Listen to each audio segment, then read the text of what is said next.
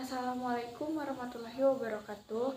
Perkenalkan, nama saya Rianti dari kelas 11 MIPA 5. Di sini saya akan mempresentasikan mapel sejarah Indonesia tentang Sumpah Pemuda bagian Cita-Cita Persatuan. Setelah Budi Utomo berdiri, pemuda Indonesia mulai bangkit meskipun dalam royalitas kedaerahan. Pada tahun 1915 muncul organisasi pemuda pertama, yaitu Trikoro Darmo. Dalam kongresnya pada tanggal 12 Juli 1918 di Solo, nama Trikoro Darmo diganti menjadi Jongjapa yang berarti Jawa Muda. Pada kongresnya Jongjapa tahun 1924 atas usul Samsurijal, anggota Jongjapa dibagi menjadi dua kelompok. Kelompok pertama yang berusia di bawah 18 tahun tidak boleh ikut berpolitik, dan kelompok kedua yang berusia 18 tahun di atas diizinkan untuk ikut dalam gerakan politik. Pada tanggal 9 Desember 1917 berdiri organisasi pemuda Jong Sumatranen Board yang didirikan oleh para pelajar dan pemuda Sumatera yang ada di Jakarta. Tujuan Jong Sumatranen Board adalah mempererat tali persaudaraan antar pelajar di Sumatera.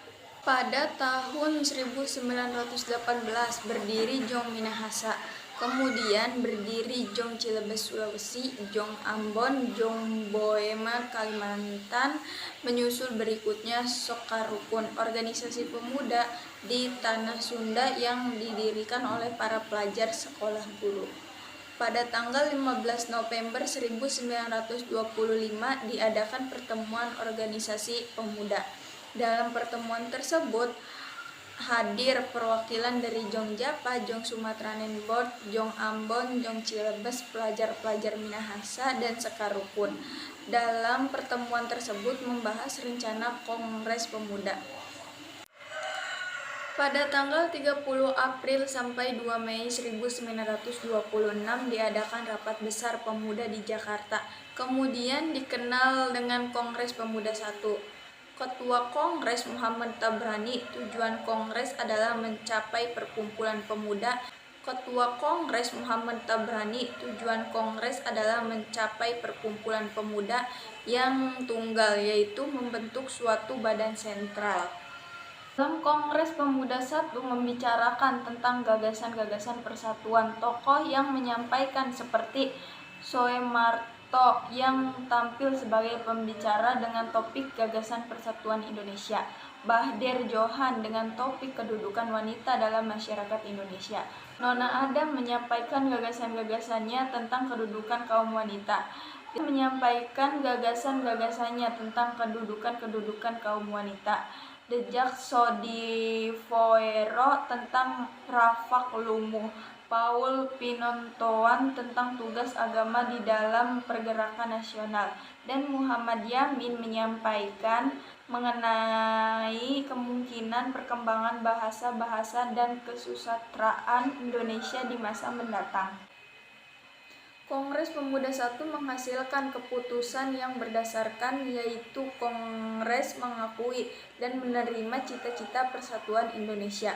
Pada tanggal 15 Agustus 1926 diadakan pertemuan oleh Jongjapa, Jong Sumatranen Board, Jong Minahasa, Jong Cilebes, Jong Batak, Sekarukun, Perenenging for Ambonise Studies, dan Komite Kongres Pemuda.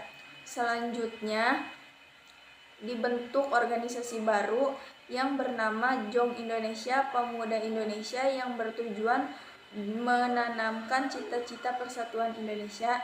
Sekian presentasi dari saya. Mohon maaf bila ada kekurangan. Wassalamualaikum warahmatullahi wabarakatuh.